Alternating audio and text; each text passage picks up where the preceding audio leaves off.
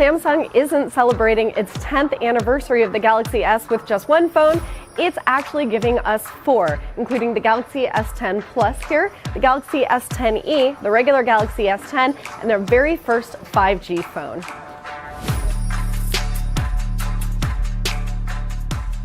With the S10 phones, Samsung has taken the very best of the Galaxy S9 and refined it, giving you extensive screen space in a much smaller package than you'd expect. There are those curved edges we love and extremely thin bezels that really pull you into an all-screen experience. Thankfully, there's no eyebrow-shaped notch on these phones that will interrupt your view of the screen. Instead, Samsung has amped up this expansive screen by cutting out a tiny hole for the front-facing camera to fit into the display, or in the case of the S10 Plus, an oval that fits in 2 lenses.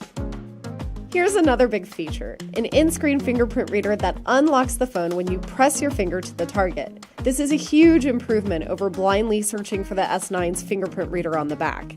The Galaxy S10 phones are the first to have Qualcomm's ultrasonic fingerprint technology, which uses sound waves to unlock the phone. Other phones with fingerprint readers use optical sensors, which are critiqued for being easy to fool.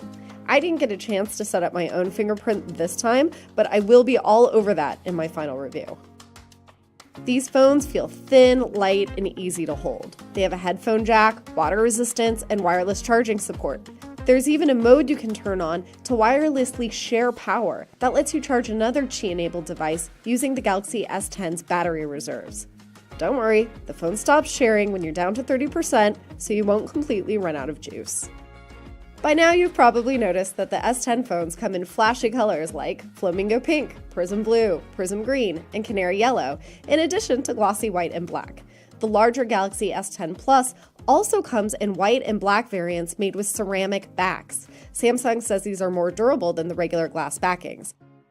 Unfortunately, you can't get every color in every country, but you should have at least one snazzy shade to choose from. Samsung cameras have always been a selling point, and this year the Galaxy S10 Plus and E have a 16-megapixel ultra-wide lens and a 12-megapixel wide-angle lens, so you can take portrait mode shots. The S10 and S10 Plus now add a third camera to the back, a 12-megapixel telephoto lens with 2x zoom. You can toggle among the lenses from the camera app. All 3 have a 10-megapixel selfie camera on the front, but only the Plus model adds a second 8-megapixel camera for your portrait selfies. The 5G version we'll see later this year will have a 3D depth sensing camera on both the front and back, but it's for better portrait shots in AR, not for unlocking the phone like the iPhone's Face ID.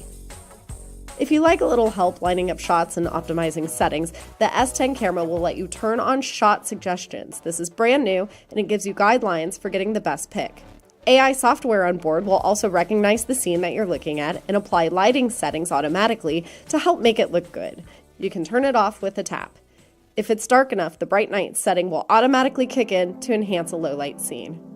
These S10 phones support HDR and UHD video recording, and there's a super steady video mode as well.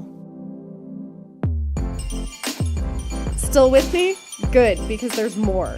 Our old friend Bixby is back, this time with some routines that you can program to automatically change your phone settings as you go about your day.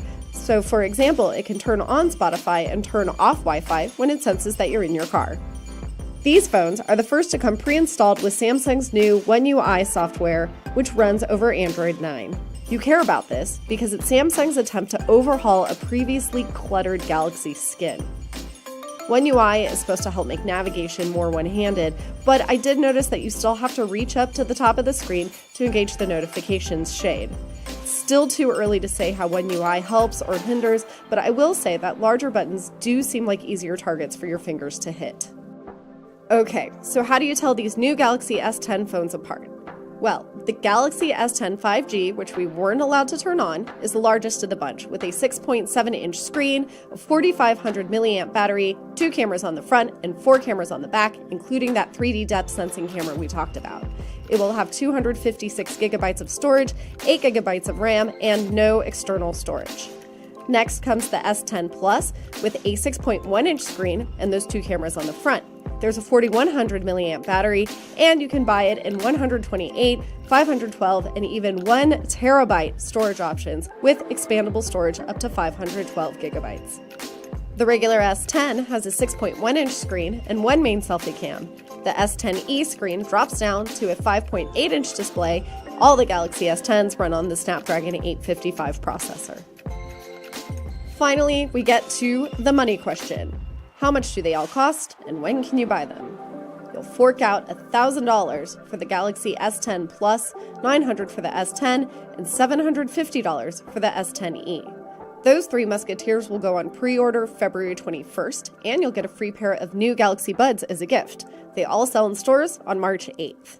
But if it's the 5G Galaxy S10 you're after, you're going to have to wait a little while longer. In the US, it'll come exclusively to Verizon in the second quarter before coming to other carriers. Pricing is still unknown.